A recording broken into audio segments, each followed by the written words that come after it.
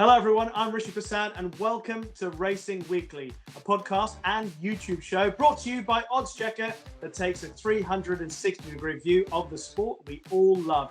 Each week we'll review the action that we've just seen, look forward to the weekend ahead, and we'll do it all whilst trying to find you a winner or two along the way as we build up to one of the great sporting events in the world, the Cheltenham Festival. Alongside me, as always, Sam Turner. Sam, how are you and how was your weekend? All good, Rishi. Thanks, in good form. Shaken the cold off and warmed up with some excellent action and some very emotive performances on the track at Paisley Park over the weekend. Well, let's look back at what we saw at Paisley Park at the weekend because, of course, it was Cheltenham's Trials Day. So it's time for this week's Racing Recap. Pied Piper doing this so easily. He's 10 lengths clear. Pied Piper wins the Triumph Trial. Impressive as you like. Chantry House looming up to the outside to try and put in his effort now. Chantry House is all out in front. It's Chantry House, though, to win the Penny Power Cotswold Chase. Paisley Park whipping around at the start. He has got away, but he's lost a good 10 to 12 lengths early on. As they make the run down towards the 12th and final flight, Liznagar Oscar joined from between horses by Champ. Paisley Park is now sticking on bravely. He's now looking to challenge as they race towards the last, and it's Paisley Park near side that's now just edging it from Champ, who's battling away with a furlong to go. Liznagar Oscar back in third. Paisley Park's got a length lead. Champ challenging over on the far side. They race wide apart in the closing stages, and it's Paisley Park who's coming up the Cheltenham Hill to win his third Cleeve Hurdle. It's Paisley Park to beat Champ. So let's start the racing recap with the performance of the weekend, Sam. And I think it's pretty easy to say, at least when you consider all the factors involved, that Paisley Park was top of the pile. Would you agree? Absolutely, yeah. Just a heartwarming performance, really, wasn't it, on the track? Great reception afterwards, and I don't think we should. We should give him full credit, really, Paisley Park. I know that he's made life difficult for himself by shying away at the tape a little bit and giving away 10 to 12 lengths over the first. But, the way that he's made the ground up, he was given a really economical, effective ride from Aidan Coleman. And just to see the old Paisley Park sweeping down the hill and blasting past Liznagar, Oscar and Champ and winning in the style that he did, brought a tear to even a glass eye, I thought. I personally think that he is the most likely winner of the Stayers Hurdle. And that's considering in this week, we've seen obviously Paisley Park, Champ, Classical Dream. The way things are going, and we've seen obviously Classical Dream beat Flooring Porter. I thought that's as good a trial as we've seen for the Stayers Hurdle. Yeah, I mean, it's just whether he handicaps himself, doesn't it? Look, he's back at his favourite venue. I think he's won nearly $500,000 in prize money now. I mean, what a magnificent horse he's been. A great launch pad as well for Aidan Coleman's career, and also a great showcase, really, for Emma Lavell's career and the quality of training that her and her partner Barry Fenton have managed to produce. Keeping all four wheels going. The problems that he's had, sort of physically. Obviously, there's a couple of mental quirks as well, and trying to keep him on side and keep him sweet in that way, shape, or form is a very important facet of keeping Paisley Park on the road and keeping him as a genuine Stayers Hurdle contender. I mean, that Stayers Hurdle market at the moment is just absolutely ridiculous. Horses stay in their box and inherit favouritism, don't they? Yeah. So, as things stand at the moment, who's inheriting favouritism in terms of the Sam Turner selection for you? Well, I think I said to you off air, if I found a fiver in the street, I wouldn't have it on this race. I mean, it's just, I can't sort of evaluate what's happening. It just seems to be a different narrative week on week. I mean, obviously Paisley Park, I think he's available sort of 8 to 1 on, looking at the odds checker grid. Is that great value? He could be 16s after 100 yards. I just don't know. Or he could jump off and everyone would think, well, he's a 4 to 1 chance then. I think he's a massive player at his beloved Cheltenham. I mean, if you could frame a racecourse for Paisley Park, that long run from the second last to the last, the one hurdle in the last 2 furlongs, absolutely tailor-made for him, the stiff uphill climb. If he's anywhere near them, sweeping down the hill, then he's going to be obviously a huge player. I don't think we should write off Classical Dream just yet, just because he's had a bit of a blip. Just looking at the Patrick Mullins just looking at his demeanour after that race and his body language, I don't think they were that disappointed or that surprised that he ran how he did. You know, he's obviously been a difficult horse to train. I wonder how much they've done with him between Leopardstown and Goran. And I you know, he was free and keen that day. I think he'd just be such a much better horse just getting a toe into the race. I mean, if they could replicate the setup from Punchestown last spring, I still think he's a massive player. So I think it's all to play for. What do you think? I like Paisley Park. I mean, I know you say that he could be double his odds, his starting price after they've gone 50 yards. But after the performance that he's just put in at Cheltenham, would you want to lay double the odds, considering what he did? I don't think many people would. And I feel, and I know a lot of people were excited and moved by the performance given the start that he made. But I thought the most impressive part of the race came late on when they came down the hill, they turned into the straight. Champ, Lisnagar, Oscar, they quickened away from him. And of course, Champ's near the top of was near the top of the market for the Stayers Hurdle at this point. And Paisley Park, the old Paisley Park, you would have felt had a chance of picking him up.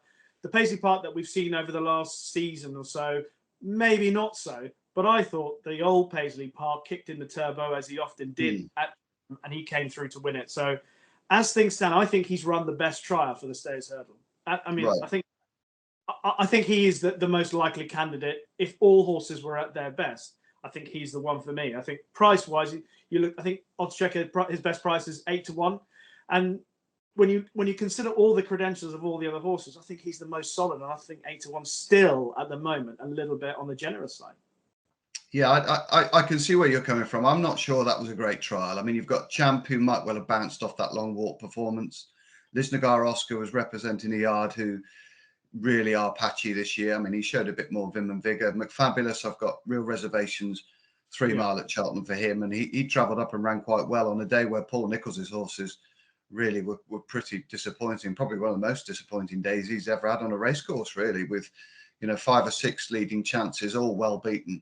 And obviously Dandy Mag, was never at the races and outclassed. So I wonder how much he achieved. I think it's interesting to hear connections afterwards suggest that they haven't seen any deterioration in his homework, which I think's a real positive thing. If they can keep his mind sweet, and obviously turning back up at Cheltenham, a racecourse that he's got such great memories of and is so synonymous with his performances, his great performances in his career, then I think that might well inject a little bit more enthusiasm at the start. Let's hope so. And let's hope he doesn't compromise his chance with one of those sluggish starts again. It's not a race that I'm desperate to get involved in, but if I was, it'd be on Paisley. You just mentioned Paul Nicholls not having a great day, Sam. He had a well-found horse, as both yourself and Harry Derham pointed out on this show last week. ICO in the Triumph Hurdle trial came up short, significantly short, whilst Pied Piper, the ex-John Gosden horse, now with Gordon, absolutely bolted up. Pied Piper is still cruising along in behind in the red and white. So too, though, Isio in the pink and purple. To the outside of those two, then is Mocha Devassi, and then Silver Shade in turn to Similar, and Moulin Clermont now drops right out. They're on this long run now down towards the final flight of hurdles. Forever William, hard ridden, and Pied Piper's car, they're absolutely cruising. Pied Piper, Davy Russell still hasn't breathed on him. He's 2 lengths in front to Forever William. Over toward the right-hand side, Isio shaken up. Mocha Devassi back in fourth, and then clear. The final hurdle, Pied Piper, he skipped over, and he still hasn't moved Davy Russell. And he's absolutely cruising inside the final furlong. Pied Piper doing this so easily. He's 10 lengths clear from Forever William and Mocha Devassi. They're battling out second and third, followed by Isio. But Pied Piper wins the Triumph Trial. Impressive as you like. I think pretty much everyone I've spoken to after that race felt that they saw the Triumph Hurdle winner. But do you agree with that? I'm not sure I agree yet. I think the Spring Juvenile Hurdle at Leopardstown this weekend, the Dublin Racing Festival, will be quite illuminating. I think Vauban's a big player in that. Obviously, Phil Dorr in the same colours of Saturday's winner. He goes there in really good order, a good grinder.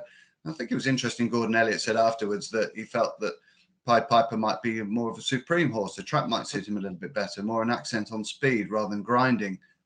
So whether connections are not one to separate those two leading juveniles is open to question, and something we'll find out in the weeks to come.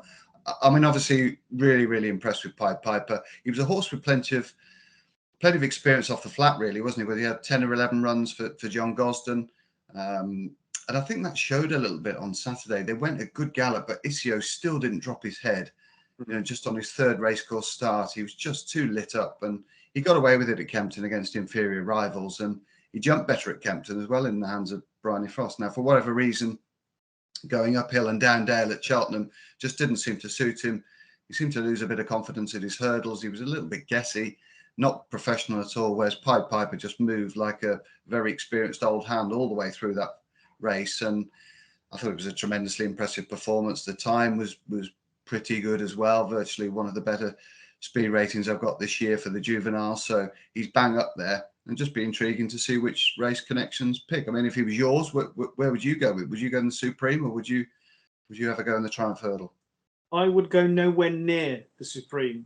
If I think the Supreme is potentially shaping up to be one of the races of the festival, as it often is, but with the likes of Dysart Dynamo, Constitution Hill, Sir Gerhard, and Jonbon, all potential Supreme contenders. I would stay well away from that, and go for a race that is clearly eminently more winnable than that. On the subject of the Triumph, though, we had a tweet from Pug, who says, after watching Pied Piper at the weekend, is Vauban the bet in the Triumph with improvement to come following Pied Piper's success? Because of course Vauban was behind him when Pied Piper made a winning debut. At time of recording, on the odds checker grids, he's sort of about a 9-2 chance, and I would say he's almost a third of the price as he was 2 weeks ago. Vauban, he seems to be in the horse that everybody seems to have got on the Vauban bandwagon. Perhaps, obviously with what Pied Piper's managed to achieve at Cheltenham, but I think we saw a different Pied Piper there than we did at Punchestown. But that said, I think we might see a different Vauban this weekend at Leopardstown than we did at Punchestown when the two of them went head to head. Vauban obviously didn't jump the last particularly well. Pied Piper ducked across him a little bit left, and he had to switch back inside. And I thought it was a really good run from Vauban. German bred, stamina won't be an issue. That's copper bottoms, middle distance winner off the flat. Yeah. He looks a quality animal, and he jumped pretty well in the main as well. So I think he, with the Rishi bandwagon starting to gather a little bit of pace as well, with the likes of Monterey and one or two others, I think he's a very, very interesting player this Saturday. I see he's down to around even money now on the grids, and having been 3-1 when the markets first opened. So, he's probably one of the best backed horses in virtually every race in the last couple of weeks, Vauban, despite not being seen. And he's got classy form, as you point out on the flat. He's listed with in pretty tense ground in France. So you also think that the start of the festival, as often is, he might just get, or by the time they get to the weekend, if there's rain, it might suit him. But also he's shown ability as well to run on different surfaces. I think overall, what you're saying about the next run is going to tell us a lot more, because if he has moved the way Pied Piper has in terms of improvement, you just don't know.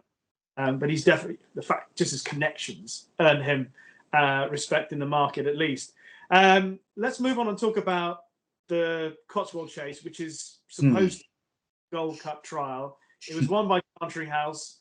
Was it a bona fide Gold Cup trial for you? No.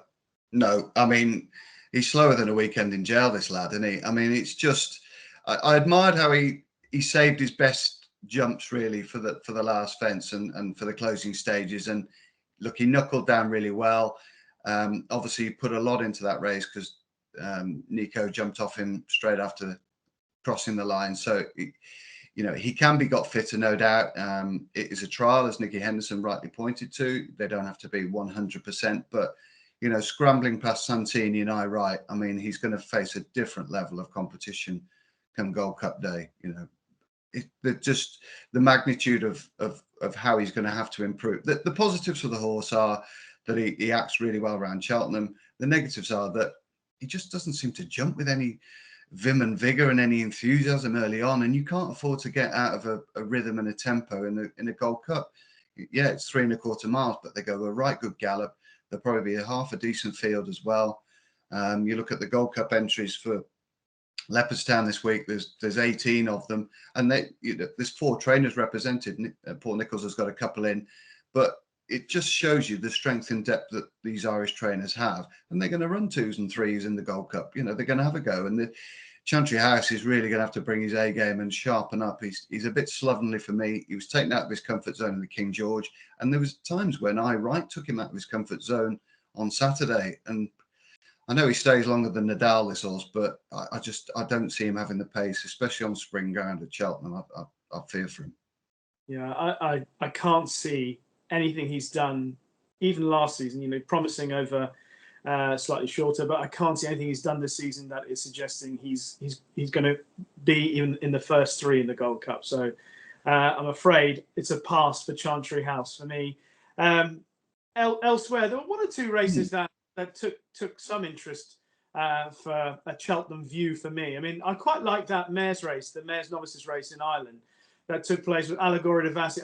Willie Mullins had a whole host of contenders, and Brandy Love was a choice of Paul Townend. Allegory de Vassy won, but I actually would take Brandy Love out of the race for me. She jumped wildly left, but she wasn't beaten that far, and she was sticking on at the end. You have to trust Willie Mullins, I'm thinking, to get her right and to put her right. And of course, jumping left at Cheltenham isn't too much of an issue. You wouldn't want to jump left regardless, that left that she did. I'm sure that they'll try and work on that and put that right. But I thought she was the best horse in the race. I'm pretty certain. All things considered, she would beat Allegory de Vassy if she behaved herself. I think she's got plenty of talent, Brandy Love. Yeah, I think that was a very informative race. And then, we saw a good card, didn't we, on Sunday at Naas with Statler. Were you taken with his jumping? Do you think he's deserving of being sort of around about a 3-1 chance on odds checker for the National Hunt Chase? I don't know if he deserves to be that short, but I like what I'm seeing. And the thing I like about those horses that line up for the National Hunt Chase is we're only getting glimpses now of what they're really capable of. It's so often that we see them now and we think, yeah, this is an interesting contender for the race. And then they get to Cheltenham, they're probably going to be well backed before the race, and they'll go off at 7-4 or something shorter, and they'll bolt up. You'll get a Galvin. I like what I'm seeing from Statler, but that particular race, I often feel it's one to just wait closer to declaration time till we get off. I must admit, when it comes to the National Hunt Chase, from a punting perspective, for me, I prefer waiting as close as possible because of options that are still available to connections. But you can't argue with what Statler did at Naas. I thought it was impressive for what is still to come. Yes, you? As you like to say, Rishi, he was strong from the back of the last day, wasn't he? Yeah, I was quite taken with him. Quite taken with him. I don't know whether there's any strength in this theory that I have, and you'll probably pour scorn on it, but I think sometimes second-time novices, when it comes so easy to them the first time, he looked pretty impressive technique-wise first time out. Second time, they just get a little bit slovenly, they switch off a little bit, and perhaps they're not quite as polished and as effective over their fences as they were the first time. So I think that will have taught him a fair bit. He's sure to do plenty of schooling, and he hit the line very strongly as well. So, you wouldn't want to be level with him probably at the bottom of the hill if they get over the last at Cheltenham in the National Hunt Chase.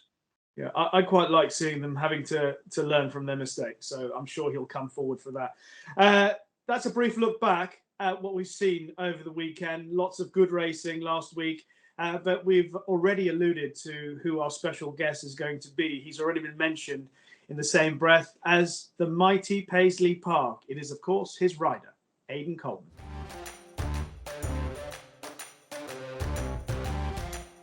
Aidan, before we talk to you, just very briefly, obviously Paisley Park, the headline act from the weekend, but just to briefly run through your highlights of your career so far. Obviously 2019, the Stayers Hurdle, you won with Paisley Park, fabulous success. In 2020, you won the Arkle on Put the Kettle On, and in 2021, you followed up with Put the Kettle On in the Queen Mother Champion Chase. You've had, I think, roughly 7,000 rides, more than 1,000 winners already in your career, with the promise of plenty more to come and a whole host of exciting rides. Looking forward to the Cheltenham Festival. We'll come to that in a moment. But first of all, are you still on cloud 9 after what Paisley and you did on Saturday? Look, that was it was really special day, Rishi, to be fair.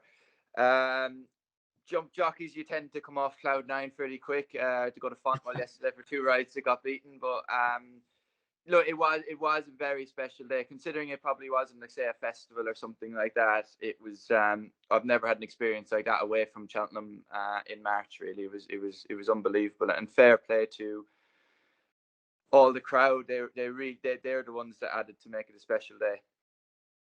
Well, I think it's helped by the fact that you're on a special horse, a horse that the crowd, I think, have taken to their hearts. He's been around for such a long time. He's been such a warrior, given all the issues that he's had, etc., as well. So I'm sure you won't mind if we look back at the race from the get-go, and that's what we're going to do now. And we're going to get your thoughts on each step, not entirely all in detail, but we'll take you through the race with Paisley Park now. They're off.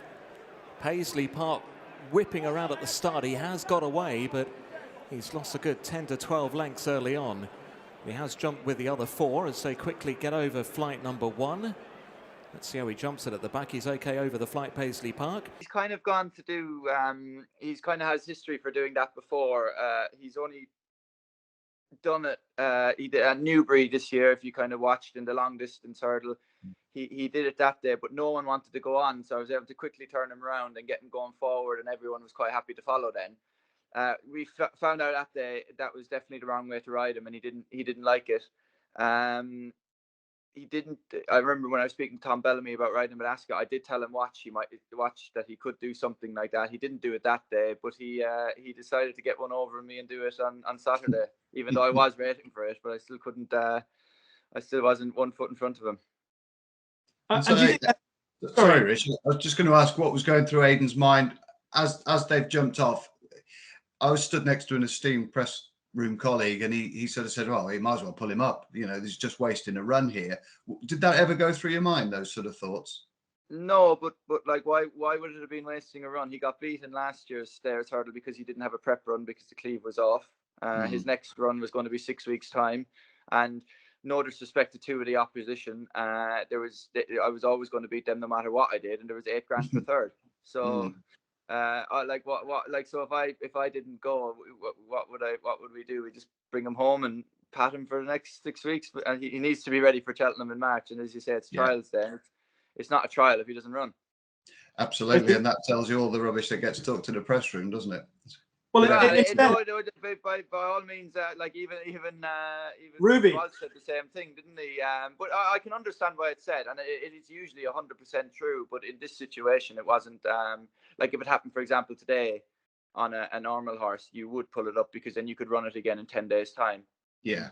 Or even that week, or it might have other entries or something like that. But when it's when a horse like Paisley Park's season is so mapped out, then you have to run in these races for other reasons other than they are big races in their own right, and it was never ever going to be an option. Even if he was 50 lengths behind, he was going around for 2 miles at least to kind of do some work.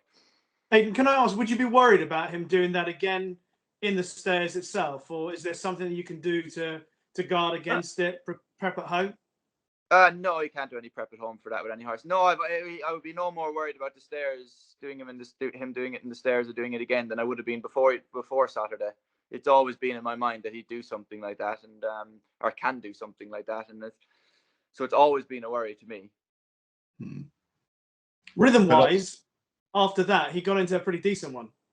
Yeah, he usually does. To be fair, he I suppose what helps and what other than his story, all the ingredients to make the Paisley Park story. What people might kind of forget about in the whole thing is he's an extremely talented racehorse, and he's nearly as good a stair as there's been around. It's a shame that a couple of things haven't gone his way, but I suppose winning a race like that kind of adds to his longevity again, and puts him nearly at the top table of Stairs for another year, and he's. The more you do it, the more you kind of add to your big boxes and English Reavers. What set them apart are Barracudas. What set them apart was that it was the amount of times they did dine at the top table. And I suppose up until this year, Paisley probably hadn't been around as long as them. But if he keeps kind of pulling out results like that, he can be talked about in their in the same breath as they can. Sam, sorry, Rich. Just to say, how do you feel he travelled on the ground? Aidan, did he enjoy it? Yeah, to be fair, he's he's a horse that really goes in any ground, and he's always gone in that ground. The reason we worry about that ground now is he's probably just not as sharp as he used to be. And it just puts him on the back foot. He actually does really enjoy that ground. It's never an excuse. The only excuse about it is he might not be as quick as he once was. That's the thing. Nothing to do with the underfoot conditions themselves. The circuit time was astonishing. I mean, we're obviously watching the race, progress, but the circuit time compared to something like Pied Piper, a 90 rated horse off the flat. Okay, he's a juvenile, but he only went 2 miles. And you went quicker on the final circuit than he did by 5 or 6 lengths, which I know Paisley Park is a quality horse, but you run an extra mile, you're in a 5-runner race.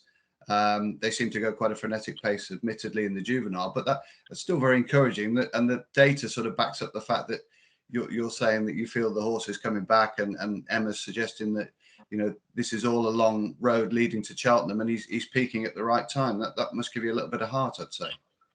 Yeah, definitely. The thing, Sam, is like the sign. He's never ever changed at home. He's always been as good as he was at home, even when he was getting beat this year. The year he won the Stairs, or the year after. He's never ever changed at home, and his work has always been just up there. There's never been any dip in form or anything like that on his homework. Right. So like we're always confident it was in there. But as you see with the kind of things that he does at the start, and that you're just kind of wondering, is he just holding a little bit back for himself? And this year, like you'd make excuses, and I don't really like making excuses, because you need to be there in a day, and if it doesn't turn up, then it's the winner's day, and then you go on and try and do it for the next day. But Weatherby, I don't know, it just didn't work out. I don't know, just disaster. The ground, whatever. Like, I don't know. It doesn't matter. Like, as I said when we pulled up and were speaking to Barry and Emma afterwards, yeah, the ground was particularly tacky that day, which he wouldn't like, but no horse likes it. It was the same for them all. So although it's an excuse, it's not really a strong one, because, as you said, the whole field had to go over it. And but he never really turned up at Weatherby at all. And then, as we say, we went to Newbury. We tried something different to try and spark him up, and it worked for 2.5 miles, but he wasn't there for the last half mile. We then realised that day that, like, yeah, we shouldn't really ride him like that. He doesn't like it. And then I thought he ran really well at Ascot. And I know he's won 2 long walks around Ascot. But at this stage of his life, and you can see the other day when he took him a bit longer to get going, I think maybe an Ascot is probably a little bit sharp for him these days. And that's why I really fancied him for the Cleeve on Saturday, because the new course is really new course at Cheltenham is really right up the street, and I think that's his main attribute these days.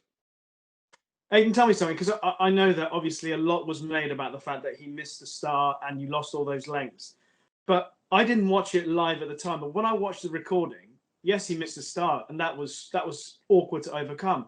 But I felt the most impressive thing that Paisley did on Saturday was what he did from the second to last, turning into the straight, when he hit his usual flat spot, the old Paisley Park flat spot. They quickened away from him, but the way he finished off the race reminded me of the Paisley Park that won the Stayers Hurdle and was the supreme staying hurdler of the time. Do you feel that that's what it was? Oh yeah, 100%. I think the Paisley Park you've seen on Saturday is the one you've seen in 2019. I don't think there's much difference at all. Maybe he's a bit slow, like a bit not slower is the wrong word, but he probably takes a little bit more time to warm up. He's probably a little bit older and a little bit wiser, but he is still as talented as he was then. And tell me about the reception. You touched on it very briefly. Obviously, the festival is one thing, but outside of the festival, there can't have been anything like this when he came up that winners enclosure, came up that hill after the line and headed towards the winners enclosure in front of the stands. I tell you what, it wasn't much different to any festival winner I've had. Really, it really was that impressive from the crowd's point of view what they did. Like they were 5 deep over the rail. They were roaring his name. The 3 cheers. The reception, like, honestly, it wasn't that more diluted than it would be if he won the Stayers Hurdle in March. To be honest, I couldn't believe it. Is it possible, Aidan? I know we often try to shoehorn emotions into it when it comes to man and beast, but is it possible to describe just how much this horse means to you personally?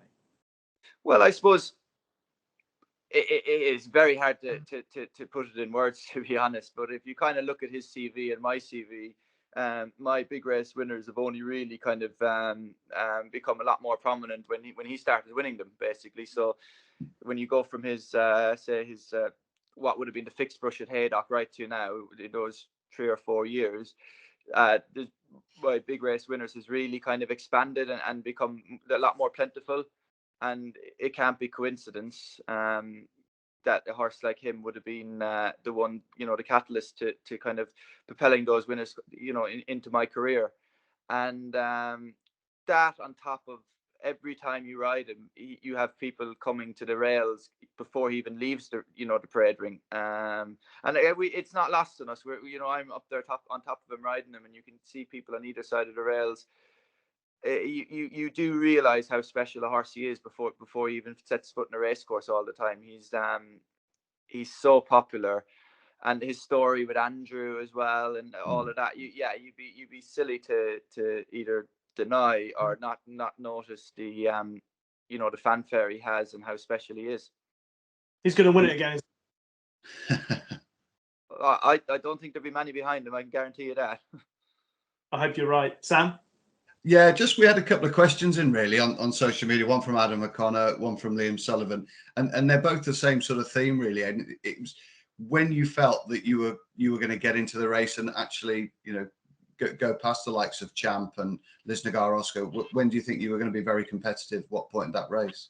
I knew from the back of the second last that I won't be far away. The problem then is another emotion, as if I'm beating 3 or 4 or 5 lengths here, how sick will we all be that he definitely would have won if he didn't, so that's always annoying, really. That's always frustrating, because you might be delighted with the performance and all that, but you're leaving home thinking we've left the Cleeve Hurdle and there. And I know it's trials day, but these races are very, very big races in their own right, and they're very, very important races to win. And you can't be leaving them behind. So it was great that we got over the line, and his antics at the start didn't cost him another big win. And just an irrelevant question really from me. I just noted in one or two of the debriefings afterwards that you had a little chat with Paddy Brennan halfway round, and you felt that you were still in a comfortable position. Just for the layman like me, who wouldn't sit on a racehorse and definitely wouldn't be riding in a race, unlike Rishi, obviously, who's a top class rider in his own right. We've all ridden around Cheltenham, haven't we, Aidan? Well, yeah, exactly. Yeah. Exactly. Well, some of you have, obviously. No, but when you're going around Hereford on a Monday afternoon, or whether you're going around Cheltenham in the Cleeve Hurdle on a Saturday, you're having a conversation. Is there any members of the weighing room that you wouldn't possibly trust, who are telling you, "Oh yeah, I'm going really well, we don't want to be kicking yet," or I've got nothing underneath me, when they're really tanking? I mean, obviously you can sense that yourself, but do you have much of a chat during these races? Oh, well, it depends really, and depends how, if you're in a good rhythm and relaxed and everything's going well, and your peer on your other side is the same, you might have a few words, but conversations would be a little bit it wouldn't quite go that far, to be honest, Sam. There'd only be a few words here and there, and never really in the last half mile, really, to be honest. No. From then on, it's race on, and the kind of camaraderie goes out the window, and that's fair. You out in the country, maybe not in the Cheltenham or that, but out in the country, and there's you ride fair, you ride clean, and some of my colleagues do, most of us do. You ride fair and you ride clean, but to be fair, the last half a mile it really tightens up, and the unwritten rules kind of going up someone's inside and all that kind of stuff, they kind of go out the window then. But we all understand the dangers and all that, but there has to be stuff put in place ourselves, and kind of the way things are done out there to make it as safe as possible from our point of view, and that's kind of how we police it, if you know what I mean. And in the last half a mile, you do step up the intensity. The stakes are higher, aren't they? And you kind of you tighten up, and you are aware that if you leave room and you're inside and someone goes there, that's their prerogative and it's fair. So you try not to let that happen. But then in saying that, if you're going backwards, like say for example that the other day Paddy was going backwards at the time, he's out of the race. It's 5 runners, so he's not going to get in anyone's way. But if there was 15 or 20 runners, if you're going backwards, you try and make it as easy for everyone behind you that you're not in the way, because that's you're done. Your race is over, so it's not up to you to inconvenience anyone else. Cool. I'll let you into a little secret. I had a conversation with myself in the last half a mile of the charity race. Very simple one: stay on or jump off. And I took the soft option of staying on. I didn't want to jump off. I just want to ask you, I think we all do, just about a few other horses, Aidan, just to spin through them. And obviously, I already touched on the fact that Put the Kettle On has won twice for you at the Cheltenham Festival. Have you got any idea what's going on with Put the Kettle On this season? Any thoughts on perhaps maybe she just needs further? Maybe the Ryanair might be an option for her. I don't know. I mean, I can't quite work out what's going on with her this season. Yeah, it's quite. I suppose the thing with Put the Kettle On, she's never ever got the credit she deserves, and you can understand, like, was when she wins, like say an Arkle or a Champion Chase, or whatever. Even though they are, particularly the Champion Chase is one of the 4 big races of the week. But when you look at all the other stories, with Henry winning the Gold Cup and Honeysuckle winning the Champion Hurdle, poor Put the Kettle On is again, she's a back number in the stories. I actually do feel sorry for her and her connections a bit. That she's probably the first mare to win the Arkle in, I don't know, dozens of years anyway, someone said, and she's the only mare ever to win a Champion Chase, and she's never ever got anywhere near the plaudits she's deserved, in my opinion. And I don't think I'm being biased saying that. I think if you think about it and the press she's got, she's actually always been very, very much overlooked, hasn't she? No, without question. Definitely. Sam, you've got where she goes, sorry, Rishi, to answer your question. I don't know. It's looking, but like, like being realistic, the Champion Chase is looking an extremely exciting race. Her form this year hasn't been good enough, although she's only ran twice. But I wouldn't rule her out just yet for any race she runs at the festival. Just with her record around Cheltenham is exceptional, but she should never be ruled out. In what race that may be, I don't know. She certainly earned our respect, given her record at the festival. And Sam, I know you got a couple of horses that you wanted to ask Aidan about. Yeah, I mean, obviously Aidan intrinsically linked with the green and gold now, and Jonbon is a horse that really fires up a lot of people's imagination, Aidan. And I think, yourself and Nicky Henderson, and obviously the people at home at Seven Barrows, who are very integral in his preparation, have done an exceptional job, because obviously he wasn't an easy horse to train early on, but he's really learnt on the job and he's become very professional, obviously culminating in that Haydock win, where he did it quite ugly that day, and he would have learnt a lot, I would have said. Yeah, like I always kind of said I wouldn't really speak about him anymore, because I've gotten really sick, getting really annoyed of any interview I seem to do, the few I've done after he's ridden, or I've ridden him and he's won. It's kind of, it doesn't suit the narrative, right. The Jonbon story, and it really annoys me, because someone asked my opinion, and I know more than anyone because I'm riding him, and then you'd see someone that, an analysis, and they're like, oh, he was keen, he was sweating up, he was this, he was that, he's tricky. And I said, every time I've ridden him, I've said the same thing. He's a joy to ride. He's an absolute bus. You can put him where you want, when you want, and how you want. Like, he's made the running. He's dropped in the other day with no cover, and he's not been keen.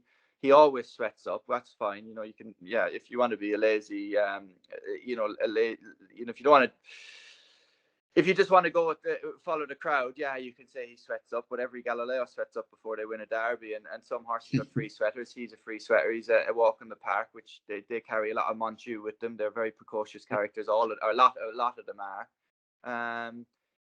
But the horse is a very, very easy ride, and I've never seen anything in his races to suggest otherwise. But and I've always said it, and what I've said has always been backed up by what has been seen on the TV or whatever. But people seem to kind of not want to listen to that and say, he's some sort of unrideable kind of retrobate, and I actually feel sorry for the horse. He's actually a very kind, easy individual to have anything to do with, and I don't really get the need to I suppose put him down, really, because they're when people talk about that, they're insulting his character and his professionalism, and it's not true. Yeah, well, I mean, that's been evident in his races. I think probably one of the problems was that we saw a gallop Smalling, didn't we? And you know, he went there on racing TV, and Nicky probably said some things afterwards, and everybody just, you know, just jumped in that boat with him. But I've been really struck with the quality of his hurdling and his technique in the races, you know, in slowly run races where sometimes, you know, as a layman, I would think, oh, you know, difficult to actually get into a rhythm. He picks up beautifully, sees a great stride, fiddles well. I just think his technique's superb.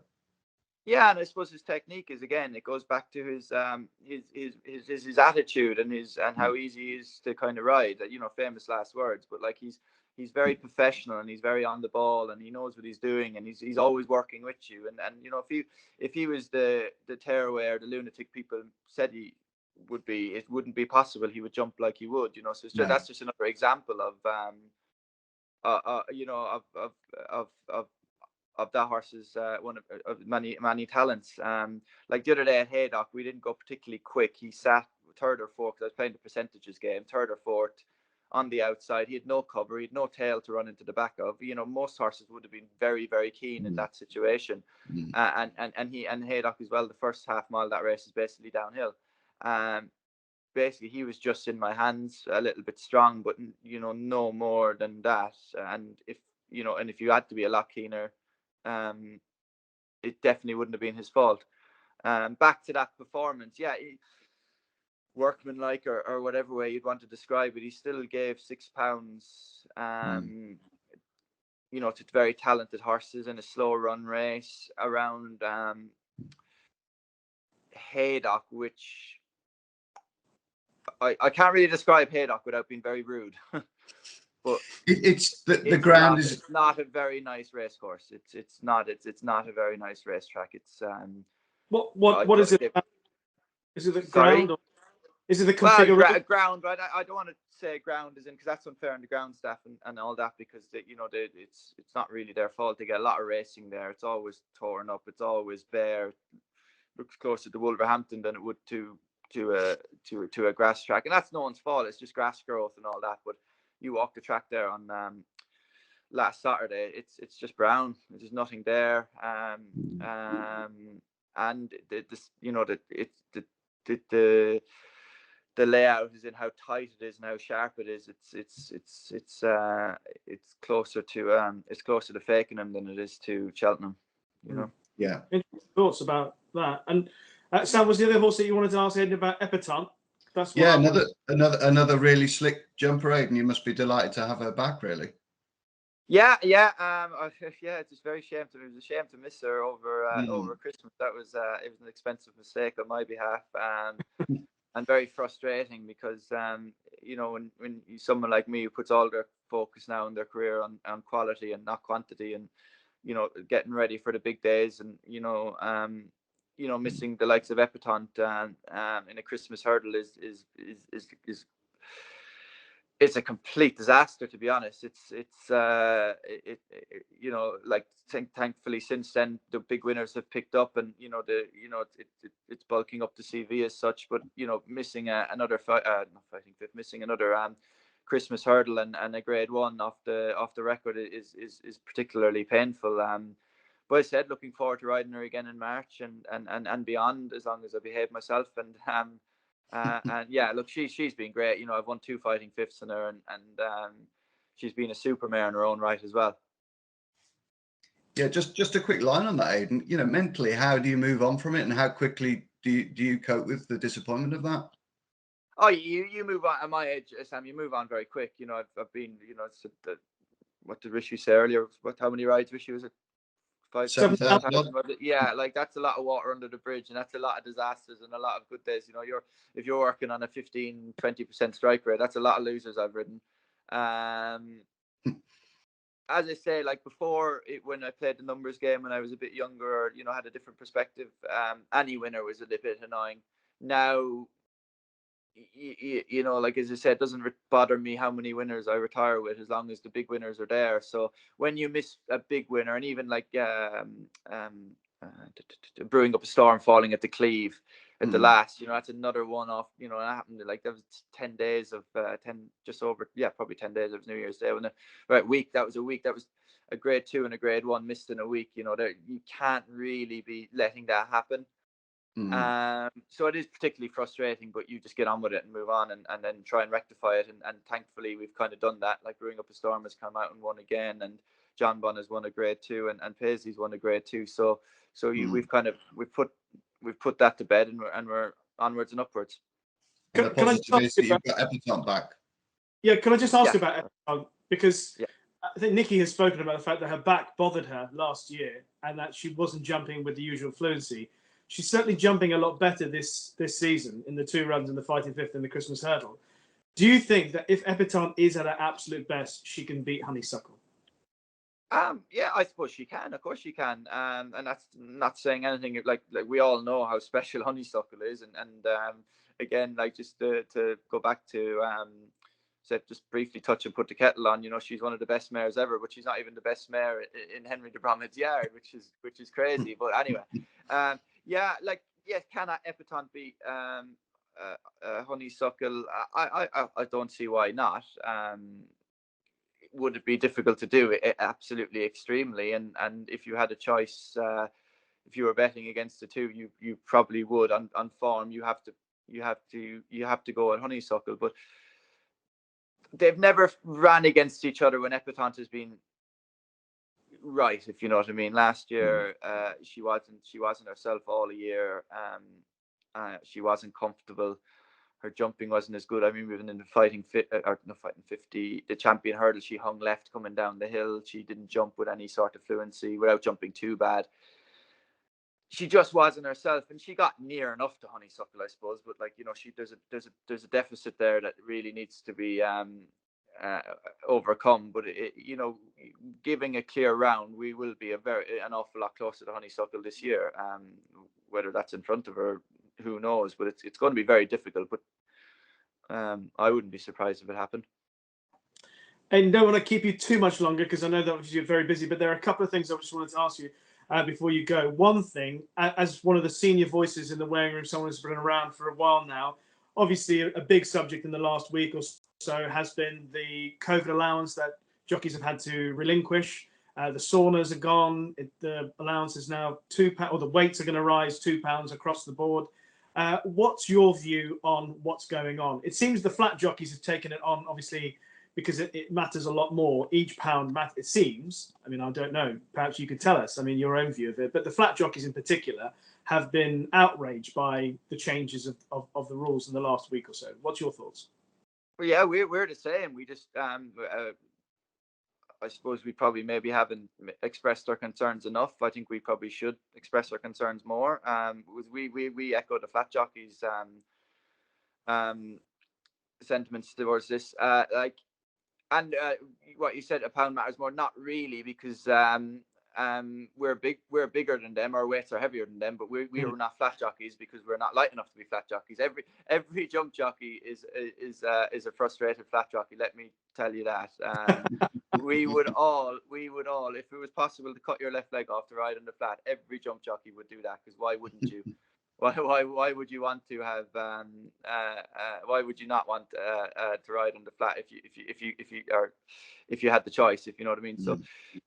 So we have our own weight issues as well. Like anything under 10.7 for me, you know, I need to be careful. Anything under 10.4 is getting in the bath and looking after, you know, and you know, all the usual. I am probably lucky at my weight. There's a lot lads struggle a lot more than I do. An awful lot lads struggle a lot more than I do. And I just don't see one. I just think it was we kind of got broadsided by it. I didn't, you know, the communication with the BHAs.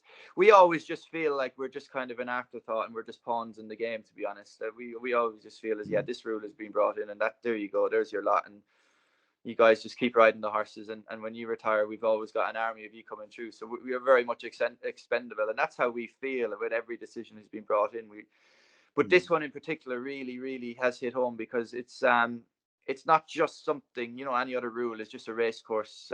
It's brought onto the race course, and you just have to get over it on the race course and kind of and then kind of work your whatever you're doing around that. But this is life-changing, really, for a lot of people, and it will affect personal lives, mental health, physical health as well, because it's obviously it's restricting what we can eat and how we're running our day-to-day lives. And there'll be lads miss family occasions and all that and stuff because they have to look after their weight more again. And the saunas, although like we can see why the saunas aren't a very healthy place, and it's not very healthy, but if you get to the races because you're riding out or are busy or doing something in your personal life and you needed to lose 2 pounds, you can do that in the sauna, and in depending on how good a sweater you are, and then you're away. It's half an hour out of your life. Whereas when you don't have that option now, then that's it's very hard to kind of incorporate that kind of stuff into your personal life. And being a jockey is a very difficult job of such, and it's a great job as well. Don't get me wrong, but there's obviously it has its pros and it has cons like anything. But it's very this is going to make it very difficult, for a lot of us to kind of maintain a normal life as such. So in an ideal world, would your solution be keep the £3 COVID allowance as well as the kit allowance?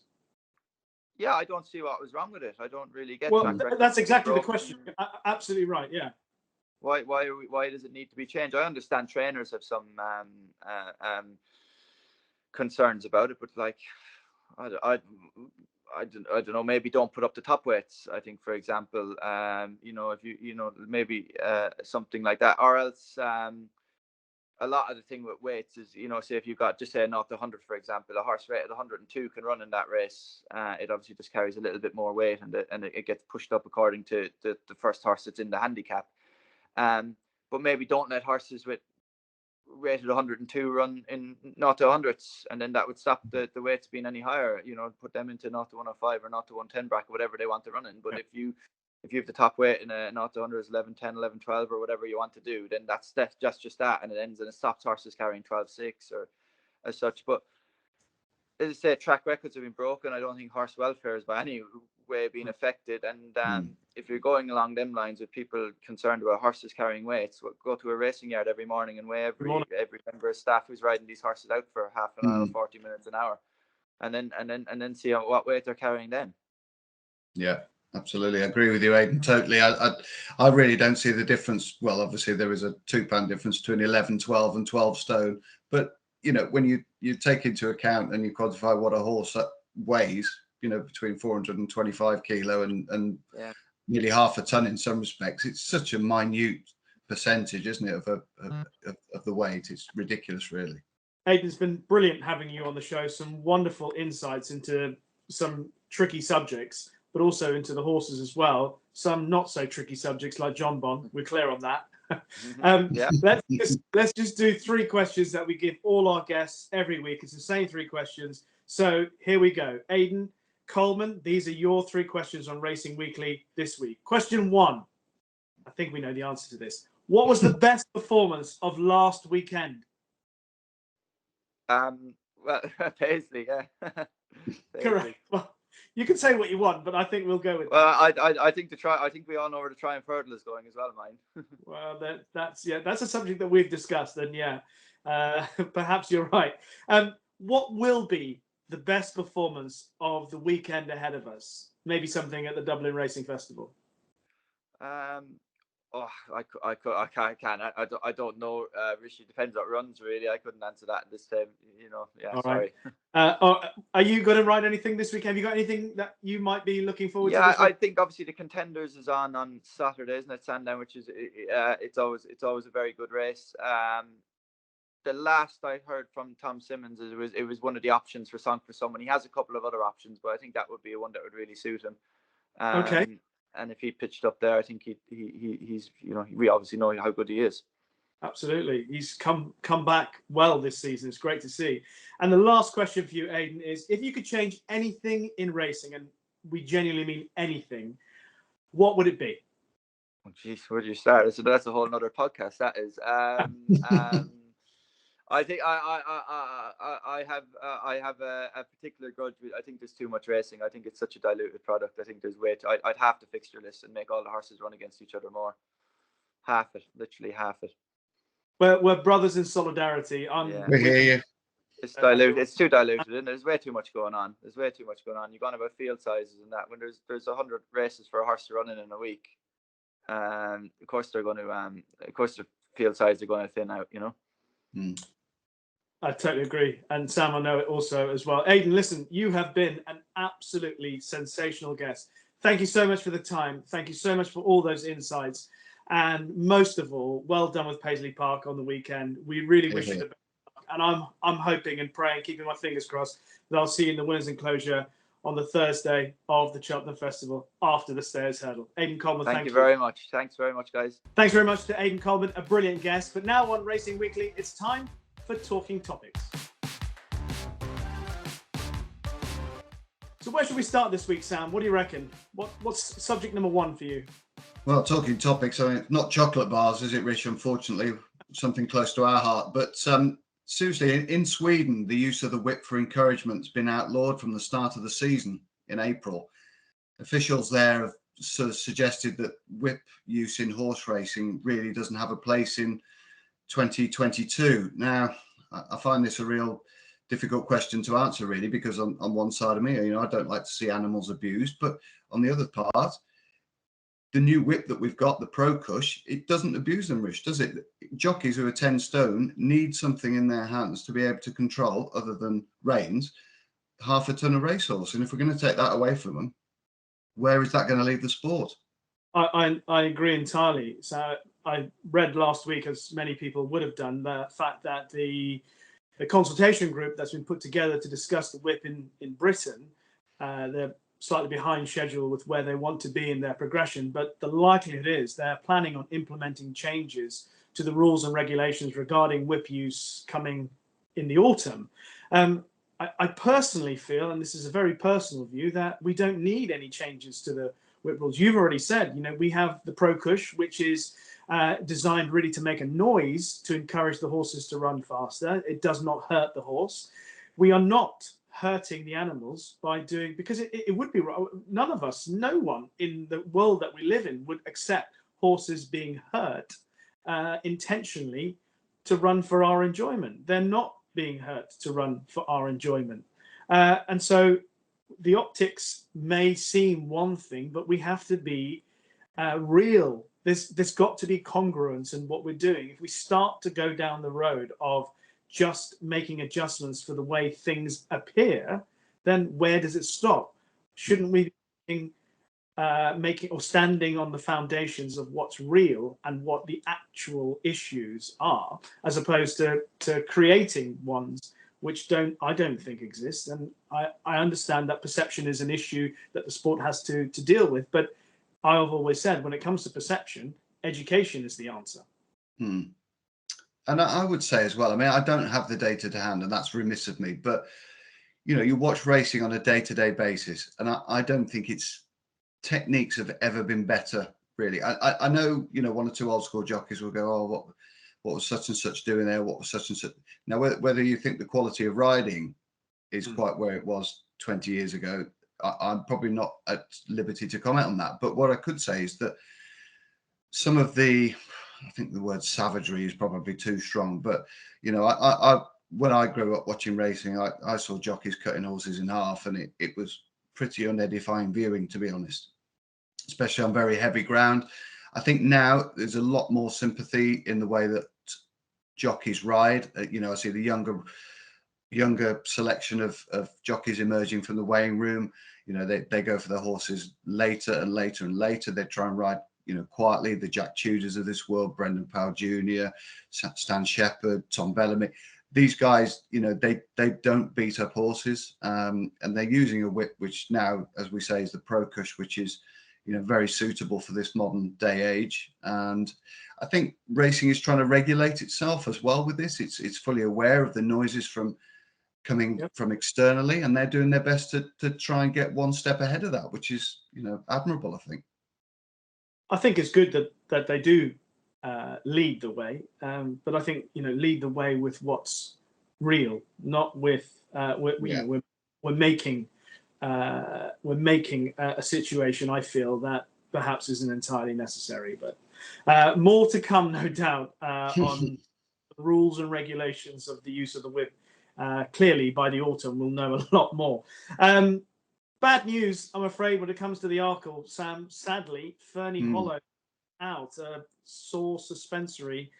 Means he won't obviously take part in the Arkle. What is that? Obviously, it's sad news for Connections, and we wish a quick recovery. But I guess from a Cheltenham Festival point of view, does this just mean Willie Mullins now wins it with Blue Lord? Yeah, well, yeah, or Horton Couleur, or Saint Sam, or I've never known anybody have as many Arkle contenders as Willie Mullins. It's absolutely incredible. Some trainers are lucky to have two. He's got 4 or 5. Obviously, Ferny Hollow was the number one. Beating River de Tel at Leopardstown over Christmas, stamped him as that. And it's sad we're not going to see him. It's sad for a lot of people who've punted him ante-post at nice prices as well, and see him in an 11-8 favourite. And then, unfortunately, he's going to be one of a number of high-profile withdrawals as we move towards the festival. It is almost like watching Doctor Who as a 7-year-old and the Daleks come on.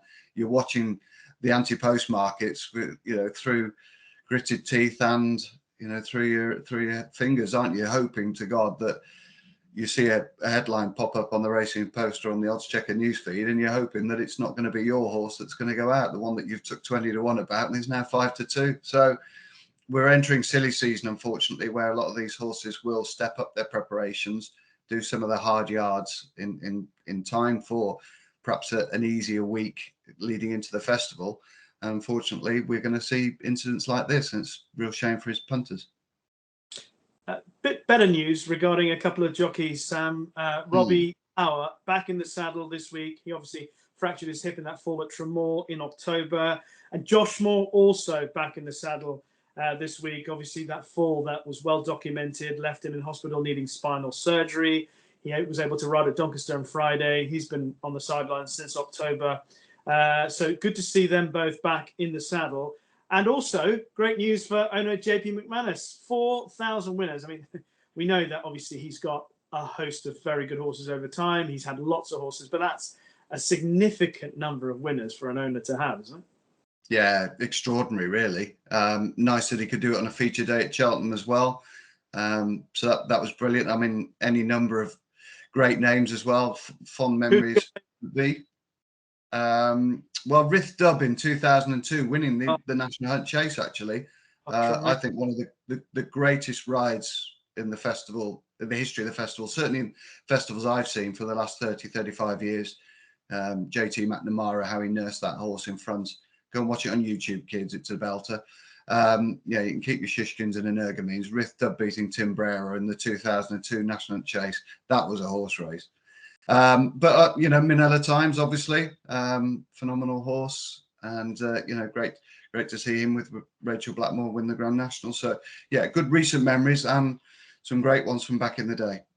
Yeah, I love the 2 mile hurdlers. He's been blessed with 2 mile hurdlers. Binocular was one of them. Obviously, they all pale in comparison with the mighty ex John Gosden. Shaking back to Isterbrack, who I backed on the flat to win a handicap and a mark in the low 70s, I think, and he got beat with Willie Carson riding at 7 stone 11 or something like that. But obviously he turned out all right over hurdles. But he would be one of my, well, probably the favourite to race in the green and gold. So well done to the JP McManus team. Obviously we're not far away really from the Cheltenham Festival. We've just got 6 weeks to go. So we're going to try and give you a few pointers. Maybe point you in the way of a couple of anti-post bets. Each week we'll focus on one race at the festival. And we're better to start with the feature race of the meeting, the Boodles Cheltenham Gold Cup. So the Gold Cup in focus, and like a lot of races at the Cheltenham Festival, it's got a very Irish feel to it. Sam, where do you want to start with the contenders? I mean, the shortest priced British runner, I think, is Protector around the 9-1 mark. Yeah, I mean, we'll start with the Plutard. I mean, he's obviously dominating the markets on Odds Checker, understandably so.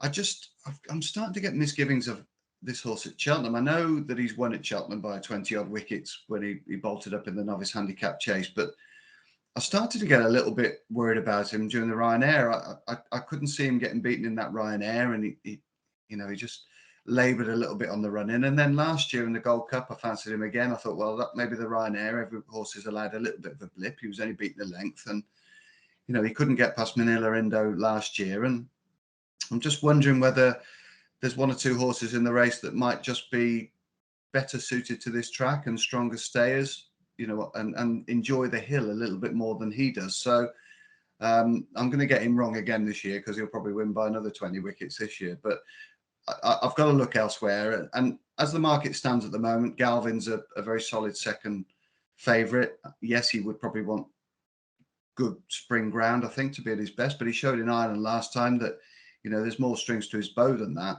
He's got such a good record at Cheltenham as well. He won the National Chase, which is starting to work out beautifully. Snow Leopardess was in that race, and likes of Iscaria 10, who's going to be fancied for a Grand National. And, you know, that looks a fairly decent renewal. And I love the way that he picked up after the last. He's going to get a patient ride, you'd think, in the Gold Cup, and he's going to finish strongly. So I think on good ground, around about 9-2 at the moment, I think he'd probably be my best option going into the race. And I don't think we should write off Album Photo either yet. I think he's in this weekend. He's probably even in a handicap hurdle this weekend at the Dublin Racing Festival. And I think he's become a more robust individual. Just looking back at his history, it was very much Tremor, then the Gold Cup, and that worked very well. But Willie Mullins has been making the noises that he wants to get another run into him. He felt he was a bit ring rusty at Cheltenham last year as he's getting a bit older. So he's obviously taken his racing and his work a little bit better. And maybe they just didn't feel he was at optimum fitness in last year's Blue Ribbon event. So he's going to have a little run, a little pipe opener somewhere just to open the lungs a little bit. And I think, you know, at double figure prices at the moment, I think he's a very, very fair conveyance. I know he's got to do a Quarto Star and win the title back after losing it, but he hasn't got a lot of miles on the clock, this horse, despite his age, basically because he's been a bit fragile. And I just think at 10-1, I think he's a fair each way play, ante-post in a race of this nature. Rich, I don't know how you feel about it. Yeah, I'd agree. Definitely, he'd make my shortlist of 2 at this stage. It'd be Album Photo. I love simple things in life, which is when it comes to the Cheltenham Festival, I like horses that have been there and done that. The pace and the lung bursting effort required to run at Cheltenham can easily break horses, and they never come back from that. Those that have excelled and have done it there more than once, I'm happy to stick with those horses. That's why I like Album Photo. Obviously, even when he got beaten in the race last year, it was a very good effort. A 2-time winner of the race, as we know. The other horse, clearly, is the reigning champ, Manila Indo. And I know that he hasn't been at his best, but obviously the run at Kempton in the King George came at a time where the stable as a whole, and you know, Henry de Bromhead has doesn't hide away from it, that the stable as a whole just weren't quite firing. But again, he's another horse at Cheltenham. He's experienced, he's successful in that lung bursting competition of a Cheltenham Festival, which is different to anywhere else. So I'm happy to be with him and also Album Photo at this stage. Obviously, Manila Indo is potentially lining up on the weekend at the Dublin Racing Festival. Even if he got beaten there, I still don't think it would put me off what his prospects were for the Cheltenham Festival. Because it's the Cheltenham Festival and it's where he's excelled at before. I mean, that's the way I like to look ahead to the big races at Cheltenham. Horses that have been there and done that. It's all important for me. From a yard that brings him to a peak in the spring as well, you know, and he, like you say, he's a spring horse, isn't he? I've still got horrible recollections of that RSA defeat by Champ, unfortunately, but you know, he just kept going last year, didn't he? Kept grinding away. He was really on the bunny. He seemed to resent the cheap pieces. He seemed to resent trying to go up the inside of Frodon, didn't he, at Kempton on Boxing Day? So I think, you know, you shouldn't write horses off, like you say, when they're going back to a set of circumstances that suit them so well. I think you can afford them another chance. Wise words. Yeah, I think that's exactly it. The circumstances, they don't get replicated anywhere else but the Cheltenham Festival, which is why it's so unique. So horses that do it there are good enough. I think what we might do, Sam, is actually now look ahead to, having spoken about some of these horses, to something rather big coming up this weekend. It's the Dublin Racing Festival. We've got a huge weekend of racing at Leopardstown for this year's Dublin Racing Festival. 8 Grade 1 races. There's tons of quality on show. I mean, I'm just going to run you. I'm not saying all these horses are definitely going to line up, But just amongst the entries, I'll just spin through a few for you. There's the possibility of seeing Ginto, Phil Dore, Vauban, Blue Lord, Kemboy, Galvin, Manila Indo, American Mike, Galopin de Champ, Chacun pour soi, Honeysuckle, Sir Gerhard. A tacit reference to the Grand National winner, Manila Times, as well. We've just had Cheltenham's Trials Day, and we've had Santini, Chantry House, Paisley Park, and Champ. That's what we put together for the best of what we could for the Cheltenham's Trial Day. It's a different world over in Ireland, isn't it, Sam? I'm afraid it is, Rishi, and you know that there's going to be one or two of these novice hurdles as well, where you haven't even really dipped into them too deeply. There'll be a Galopin de Champ running around, finishing 5th or 6th, that'll come out and win the boys' race, but in a hat canter. It is absolutely frightening. I mean, I was looking at the Irish Gold Cup entries, and we touched on it. There's 18 entries. There's 4 trainers represented, and that's because Paul Nicholls has taken a couple over as well. It's just that the strength in depth in Ireland is astonishing, and the powerhouses that have that strength in depth, I mean, it must be so difficult to try and break through that sort of ceiling that's set by de Bromhead, Elliott, and Mullins at the moment. But we're obviously treated to some real quality. I'm lucky enough to be going over there for a couple of days. Really look forward to it. One of the peaks of my sort of racing live spectator experiences was when Faheen won a couple of years back. I mean, the roof came off, and it was just an experience that I've not felt for quite a while on a racecourse. Yeah, you get the Cheltenham buzz and Aintree and whatever, but that guttural roar for Faheen and the way that the Irish take these horses, you know, whether it be Denoli, whether it be Istabrack, whether it be Hurricane Fly and Honeysuckle now, but Faheen had a special place in their hearts as well. And it's a phenomenal place, and I'd suggest anybody, if they got the chance to go and visit, get over there, because I'm afraid it kicks the Cheltenham Trials Day into a cocked hat, really. Well, the horses themselves it's all you need, but when you add in all the bits that go along with it, that I'm sure you're going to experience over the weekend, is going to be a hell of a time for you. Is there anything that you think you might be backing? Is there? I mean, obviously, I know you've mentioned Galvin, and it's possible he's going to line up. I mean, what do you think about that Irish Gold Cup? Well, the Irish Gold Cup's a really intriguing race. I mean, just, you know, you spin down the runners, and, you know, obviously Kemboy's favourite because he's got such a good record at Leopardstown. He hasn't got such a good race at Cheltenham. So what bearing this race will have on Cheltenham is open to question. Whether Galvin runs or not, I don't know. I think he's as big as 8 with some firms on the odds checker grid, and, you know, whether I think if he was running, he'd be a good bit shorter than that. I don't know. I'm not privy to movements on that score, but I just wonder whether there might be a little bit of a surprise. You know, whether we're writing off Tornado Flyer as a fluky winner of a King George, whether we're rubbing out Frodon. You know, can he go and win, you know, a second Irish prize this year? And he's obviously been trained for the race. Whether that King George has left a bit of a mark on him or not, I don't know. But, you know, of all the horses that went that ferocious gallop, you know, him and Manila Indo, he beat that horse off comfortably, and he was still in there pitching, wasn't he, Frodon? So if he's fresh and well, he's another one that could be considered.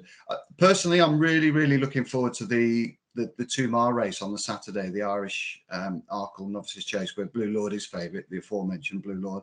But I think there's a mare in here of Gordon Elliott's, who obviously chased home Ferny Hollow over Christmas at Leopardstown, Riviere de Tal. I think she's been underestimated by the market a little bit. If she runs, I will definitely have a couple of bob on her. 9-2 at the moment. I think that's a very, very fair price for a horse that's got good course and distance form. Ran behind, I think, the best 2-mile novice chaser we've seen this year in Ferny Hollow, and, you know, she only gave way close home, and they didn't jump the last that day, which might have affected her. You know, I don't know what you think, but I thought 9-2 against Blue Lord, who I'm a big fan of, but the disparity in prices with her getting the allowance, you know, she gets £9 on Saturday. That's quite sizable for me. Yeah, I thought she ran a cracking race. I still get the feeling that there's more to come from Blue Lord, though, which is not the most intuitive thing that anyone's ever said. But, you know, what he did over hurdles just only gave us a little glimpse of what he's truly capable of, and we're seeing a little bit more from him now. I'm looking forward, I hope he runs. I'm looking forward to seeing another good effort from Sir Gerhard, because he's my selection for the Supreme. I think we said it already. If we discussed this, you and I, a few times. I think there's everything about him is a Supreme Novices Hurdle winner. For my own opinion, the way he goes through the race, he's got speed, He's won at Cheltenham. He won the bump. I think that he's made. I'm hoping that he puts up if he does run, he puts up a mighty performance and shortens, having already had a tickle on him. We have, obviously, because there's so many good horses racing, Sam, there are horses that are going to move in the market. And we had a question from Alex Keating, and just a question for you. He says, how does Sam approach festival ante-post betting, given ante-post markets play a large role in driving the season narrative with many market movers each week? Well, I've got it horribly wrong this year. I backed Buzz ante-post for the Stayers. I backed Isio ante-post for the Triumph Hurdle. So my sort of ante-post book is looking in tatters. I'm in a couple of decent positions with horses, but when you factor in how much you've actually sort of lost with horses that have obviously, gone wrong or whatever and aren't going to make the race, then you think, well, I might as well wait till the day. You get some great concessions. You'll see all that on the odds checker grids. The extra places are available, and for the recreational punter, I think that it's much better waiting to the week. You'll have a full picture of what the ground's going to be like. You've got a full picture of the fields. I think obviously now that the non-runner no bet concessions come in from the likes of Bet365 and Sky Bet and whatever, I think those are good opportunities for punters. But obviously that the odds are then trimmed a little bit just to balance that out. And I just think sometimes if you back something ante-post, say over Christmas and January, you have a good bit of fun, but you might have 10 to 1 about something that's 7 to 2 on the day or 3 to 1 on the day. But you almost sometimes don't want to be on that horse on a Wednesday. And I find that as a tipster, that if I back something ante-post and taken a really strong opinion and kept backing ante-post at different intervals, I'm then railroaded into tipping that on that given day. And sometimes I might go off it. Now, that's not always a good thing, because sometimes you go cold on horses that you fancy for so long just because it's a self-preservation thing, isn't it? But I'd also think that you're much better having a clean sheet of paper going into the week, all the evidence in front of you, and then start to make your calculations perhaps on the Sunday, the Monday, when you start to get the decks through. I still think you can get some extraordinary value that week with the 48-hour decks. If you know about the horses that are doubly and trebly entered, you can see the pawns being manipulated and the pieces being placed, and you can still catch out firms, I think, that way. So that'd be the way I'd tend to go, I think. Yeah, I think I quite like having. So there's some horses that I get adamant about, like Sir Gerhard has been a long-term thought process about the Supreme Novices Hurdle, so I'm in on him. But there are some horses that you rightly say you take a position, and then as you get closer to the meeting, whether it's the ground or something else changes, an opponent comes into the pit. I like to have options. I like to have the ability to show some dexterity with it and abandon or go in harder. I don't like you say, sometimes when you get into an ante-post position, you end up feel like you're backed into a corner to stay there. Yes. And I don't like that. I don't like to be tied down. I like to be free. I like to move. So that would be what you want to do. Yeah. Is that a song? Do you know? It is a song. Be what you want to be. Nice reference. Yeah, it's a bit niche, but nice reference. A certain age group, I suspect. Yeah. A brief word about the ground in Ireland, because there was. Fingers crossed. Ken Pitterson, my learned colleague from the press room, tells me that they're expecting some rain on Wednesday, and it's much needed. I think there's been 3 millimeters of natural precipitation since the last meeting there, which is quite extraordinary, really. And it was a bit the same last year, or 2 years ago, wasn't it, when the ground was quick and we had a raft of withdrawals. They put 120 mil on apparently so far. I think one or two of the prominent Irish racing figures were very keen for them to keep watering, just to ensure that we get the field sizes. The entries look absolutely astonishing, amazing horses on show, an A to Z of quality from race 1 to race 16, I think. I mean, the bumper as well, Rich, we can't digress, but I mean, the bumper, if they run, American Mike, Facile Vega, Redemption Day, I mean, they're all entered. It just looks absolutely fabulous weekend. But fingers crossed we get some natural rain as opposed to unnatural rain, and we get some ground that suits everybody. Yeah, I think there are about 5, 6, 7 ante-post favourites for the Cheltenham Festival set to line up. We'll obviously know more a little bit later on. Sam, obviously you are 5-time tipster of the year. So guess what it's time for? It's time for this week's Turner's Tip. Well, Rich, my Turner's Tip for this Saturday has to run at the Dublin Racing Festival, Leopardstown, as we've touched on a raft of great quality horses that we're going to see over the weekend. Can't wait. And it runs in the Irish Arkle at 2:10. This looks like an absolute crackerjack of a race, but I really like River de Tel here. I think time recording 9-2, very fair each way bet. I think a horse that's already got good course experience, courtesy of that second to Ferny Hollow over Christmas. She races with good enthusiasm. I think she can jump a little bit better than she did last time as well. But she went toe-to-toe with Ferny Hollow. I thought it was an exceptional performance. 2 really good horses. They left Cur Sublime trailing in third, who's a good quality animal in his own right. I think River de Tel, if she runs, getting all the allowances as well on Saturday, I think she'll give it a good go for Gordon Elliott. Sam, thank you very much. That's it for this week's Racing Weekly, brought to you by Oddschecker. Thank you so much to Sam Turner, and also to our excellent guest, Aidan Coleman, with all his views and thoughts about horses, about racing topics as well. Don't forget to tune in next week when we'll be joined by another guest from the world of racing, and of course looking ahead to some top quality action ahead of us. We're here every Monday on the lead up to Cheltenham. If you like what you've heard or indeed watched, then please leave a review on Apple Podcasts or in the comments section on YouTube. It will certainly mean a lot to us. Thank you very much for joining us, and we look forward to seeing you again for Racing Weekly next week.